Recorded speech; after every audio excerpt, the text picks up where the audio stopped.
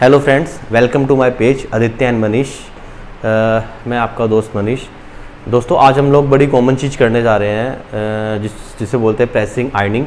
आप रेगुलर अपने घर पे भी करते हैं और हम लोग शादी पार्टीज़ में जाने के लिए हम लोग अपना सैलून से या पार्लर से भी करवाते हैं। दोस्तों, प्रेसिंग करने से पहले हमें कुछ चीज़ों का, कुछ बातों का ध्यान रखना पड़ता है। अगर हम लोग घर पे प्रेसिंग कर रहे हैं या आयरनिंग अपने सैलून में कर रहे हैं, पार्लर में कर रहे हैं, अगर आप कुछ छोटे छोटे टिप्स का आप ध्यान रखेंगे तो क्लाइंट्स के बाल भी हेल्दी रहेंगे, उनके बाल बर्न नहीं होंगे, ओवर हीट नहीं होंगे और रफ़ एंड ड्राई नहीं होंगे। तो आज हमारे पास एक लाइव मॉडल है, मैं आपको स्टेप बाय स्टेप इस पर करना बताऊँगा। तो अगर आप देखिए मुझे, मैं आपको साथ साथ बताता भी रहूँगा इसमें क्या करना है, कैसे करना है, और साथ साथ हम प्रैक्टिकल भी करते रहेंगे ताकि हमारी वीडियोज़ लंबी ना हो, आपको समझने में कोई प्रॉब्लम ना हो। तो हम लोग स्टार्ट करते हैं, लेट्स स्टार्ट। दोस्तों, आयरनिंग करने से पहले हम लोग ब्लो ड्राई करेंगे। अगर क्लाइंट के बाल काफ़ी कर्ली हैं या थोड़े रफ़ हैं, ड्राई हैं, तो हम लोग स्टार्टिंग ब्लो ड्राई से करेंगे। ब्लो ड्राई स्टार्टिंग में हम लोग इसलिए करते हैं ताकि हमें आयरनिंग का एक अच्छा रिजल्ट मिले। और जो हमारे पास अभी टूल्स हैं वो मैं आपको बता देता हूँ। Tail comb, flat brush, section clip, dryer and ironing, ये 4 से 5 टूल हमारे पास होने चाहिए। आयरनिंग करने से पहले हम लोग ब्लो ड्राई करेंगे। ब्लो ड्राई से हमारा और भी अच्छा रिजल्ट आ जाएगा और बालों को मेंटेन करने में और आपको पकड़ने में, सेक्शनिंग करने में थोड़ा इजी हो जाएगा। तो हम लोग स्टार्ट करते हैं, आपको स्टेप बाय स्टेप बताता हूँ इसमें क्या करते हैं। सबसे पहले हम लोग क्लाइंट्स के फ्लैट ब्रश से बालों को सुलझाएंगे। बालों को सुलझाते हैं। आप बालों को थोड़े थोड़े सेक्शन में, 4 सेक्शन में धीरे धीरे आप सुलझाएंगे बालों को। आयरनिंग करने से पहले हम लोगों ने भी, आपने देखा, हमने फ्लैट ब्रश से डिटेंगल किया, ब्रश अच्छे से सुलझाए बालों को। आपको मैं एक बात बता दूं कि जब भी आपको प्रेसिंग करनी है बालों में, सबसे पहले आपको शैम्पू करना बहुत ज़रूरी है।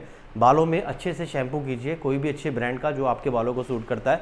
उसके बाद ये ध्यान रखिए कि आपने अगर एक रात पहले ऑयलिंग की है या कुछ किया है और वो बालों में रह गया तो वो आपके बाल आयरनिंग करते टाइम कहीं ना कहीं आपके बालों को डैमेज करेगा। तो इसलिए आप अच्छे से शैम्पू कीजिए। शैम्पू करने के बाद आप कंडीशनर भी कीजिए। अगर आपको आयरनिंग करानी है या आप घर पे कर रहे हैं, आप अच्छे से कंडीशनर भी कीजिए। और कंडीशनर को 5 मिनट्स के लिए अगर आपकी नीचे बालों की लेंथ पे अगर आप लगा के छोड़ देंगे तो उसके बाद आप रिंस आउट करेंगे तो आपके बालों में मॉइस्चर भी रहेगा और आयरनिंग करने के बाद आपको रिजल्ट भी अच्छा मिलेगा और शाइनिंग भी मिलेगी।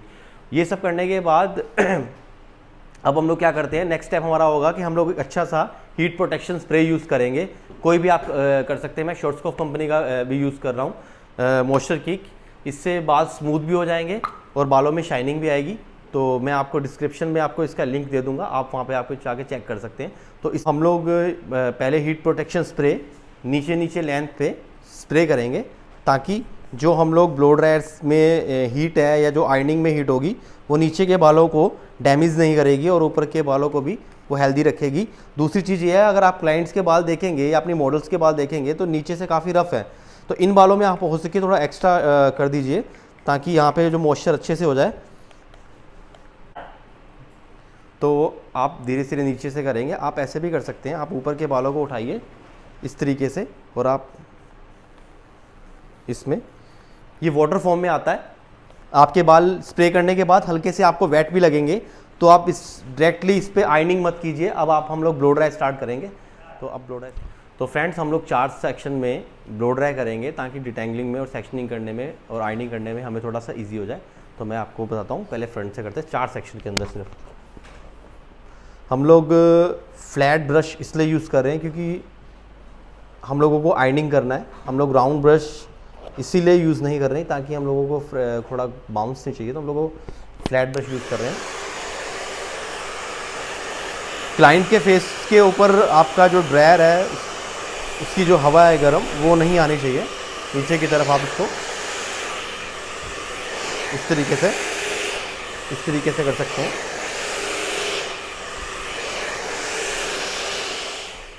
तो अभी हम लोग सेक्शनिंग करते हैं, ear to ear front, ear to ear back और क्राउन एरिया। मैं आपको सेक्शनिंग करके आपको दिखाता हूँ। तो फ्रेंड्स, आप देख सकते हैं हमारी सेक्शनिंग कंप्लीट हो गई है। ये आप बैक से, ये नीचे का नेप एरिया का, ये पीछे 2 सेक्शन, ये आप देख सकते हैं लेफ़्ट और राइट साइड से, और पीछे आप देख सकेंगे क्राउन में एक बॉक्स एरिया जो हम लोगों ने सेक्शनिंग के लिए लिया है। इसमें क्या होगा कि हम लोग सेक्शनिंग इसलिए की है कि आप कोई भी काम स्टार्ट करते हैं, स्टार्टिंग के अंदर जो बिगनर है उनके लिए सेक्शनिंग करके काम करने में थोड़ा इजी हो जाता है, प्रोफेशनल लगता है, और आपको थोड़े थोड़े बालों में अगर आप काम करोगे तो आपको अच्छा रिजल्ट आएगा। आप चाहे तो जो एक्सपर्ट हैं या जो लोग करते रहते हैं, जिनको एक आदत हो गई है, तो वो चाहे तो सेक्शनिंग नहीं भी कर सकते, बट अगर आप सेक्शनिंग करके करते हो तो आपके लिए थोड़ा बाल इजी हो जाएगा और क्लाइंट के फेस के ऊपर बाल नहीं आएंगे, आपके हाथों में नहीं उलझेंगे बाल। आप थोड़ा थोड़ा करके, जब हम स्टार्ट करेंगे तो हम लोग पहले ये वाला एक सेक्शनिंग खोल देते हैं, इसे हम लोग थोड़ा सा, तो हम लोग यहाँ से आयरनिंग स्टार्ट करते हैं। तो हम लोग अब आयरनिंग स्टार्ट करने जा रहे हैं। आयरनिंग का जो टेम्परेचर है मैंने इनके हेयर्स के अकॉर्डिंग, इनके बालों के टेक्सचर के हिसाब से रखा है। मैंने 180 रखा है क्योंकि इनके बाल नीचे से काफ़ी रफ़ हैं और ऊपर से थोड़े ठीक हैं, मॉइस्चर है इनके बालों में। हमने हीट प्रोटेक्शन स्प्रे यूज़ कर लिया है इसके अंदर। तो अब हम लोग इसके अंदर आयरनिंग करेंगे। आयरनिंग के लिए मैंने इनका 180 टेम्परेचर रखा है और हम लोग इसमें थोड़े थोड़े सेक्शन लेके, जहाँ हमें लगता है कंफर्टेबल, इस तरीके से हॉरिजॉन्टल सेक्शन लेंगे, लंबा सेक्शन लेंगे, स्लीपिंग लाइन जैसा होता है, इस तरीके से।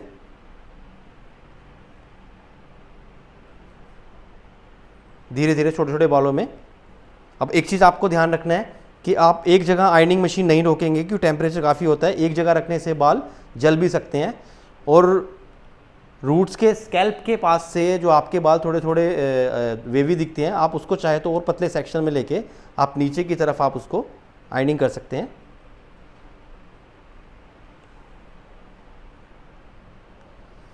इसी तरीके से आप ये सेक्शन लेंगे, इसी तरीके से आप ये सेक्शन लेंगे, ये सेक्शन लेंगे। तो मेरी वीडियो लंबी ना हो जाए तो मैं आपको धीरे धीरे फास्ट उसमें दिखाता हूँ।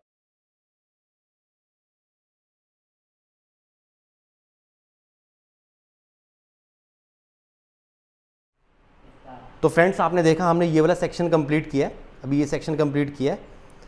एक चीज़ आपको ध्यान रखनी है, अगर क्लाइंट के बालों का टेक्सचर आपने समझ लिया है और आपने टेम्परेचर सेट कर लिया है और आपको दिख रहा है कि इतने में आपको रिजल्ट अच्छा मिल रहा है, तो उसको 200 टेम्परेचर बढ़ाने की या ज़बरदस्ती उसको बार बार करने की कोशिश मत कीजिए।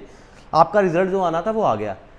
वेदर अगर बाहर अलग है या थोड़ा सा चेंज है तो थोड़े फ्रीजी हो ही जाएंगे, बट अगर आप बालों के हिसाब से टेम्परेचर सेट करके अगर आप करते हैं तो बार बार उसे प्लीज़ मत कीजिए, उससे बाल डैमेज और ओवर हीट भी हो सकते हैं। तो आप इसको इतना ही रहने दीजिए। तो इसी तरीके से आप अगला सेक्शन करेंगे। आपको ये भी देखना है कि इसमें बालों में नेचुरल एक शाइनिंग भी है, तो उसको भी वो इसलिए है ताकि इसमें मॉइस्चर इसमें अच्छा है, तो आप वो मॉइस्चर ख़राब ना हो, मॉइस्चर सारा वीक ना हो या उड़ ना जाए या डैमेज ना हो जाए बाल, तो आप उतना ही कीजिए जितनी आपके बालों को टेम्परेचर की ज़रूरत है। अब हम लोगों ने ये बैक का सेक्शन में, नेप एरिया का सेक्शन हम लोग कंप्लीट किया। हम लोग इसी तरीके से पीछे बैक एरिया भी कंप्लीट करेंगे। एक एक सेक्शन आप आराम से खोलिए। सेक्शन खोलने के बाद आप इसको उसी टेम्परेचर पे आयरनिंग की जो आपने सेट किया है 180, 200, 210 जो भी आप सेट करते हैं उसी के अकॉर्डिंग आपको आयरनिंग करनी है। ऊपर वाले बालों को आप सेक्शन क्लिप की मदद से ऊपर टाई कर दीजिए। नीचे जो आपके हेयर्स हैं आप उसको इसी तरीके से, तो इसी तरीके से हम स्टेप बाय स्टेप अपनी आयरनिंग कंप्लीट करेंगे। हम लोगों ने बैक के लिए कंप्लीट किया है, फिर ये सेक्शन से करेंगे और फिर फ्रंट से। मैं आपको फ्रंट का भी दिखा दूंगा एक बार लेंगे। तो उसके बाद आप हॉरिजॉन्टल सेक्शन लेके, थोड़े थोड़े सेक्शन लेके आप इसको आयरनिंग को कंप्लीट करेंगे। आप इसको सेक्शन के क्लिप से ऊपर टाई कर सकते हैं। आप फ्रंट करने से पहले आप एक चीज़ ध्यान रखिए, आप आपके क्लाइंट्स के स्कैल्प से या थोड़ा दूर रखें ताकि उनको गर्म या हीट लगने के चांसेस ना हो। अब आप देखेंगे हमारा आयरनिंग कर सकते हैं। फ्रंट साइड कंप्लीट हो गई है। अब हम लोग लेफ्ट साइड से भी इसी तरीके से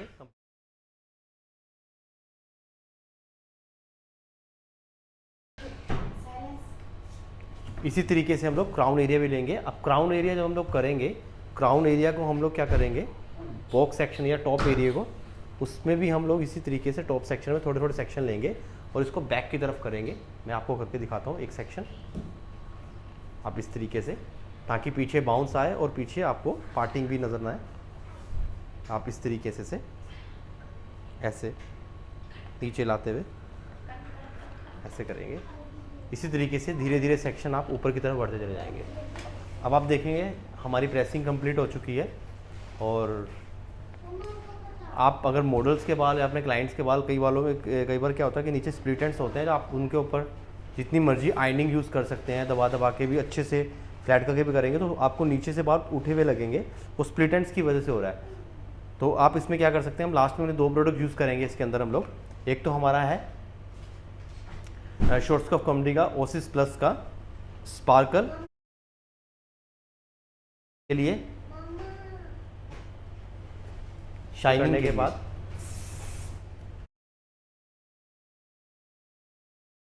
से कॉम करते हैं।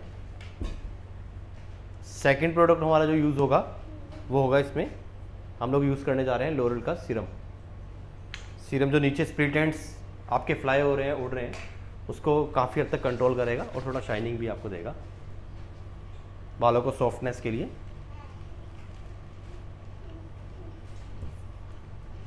के बालों में और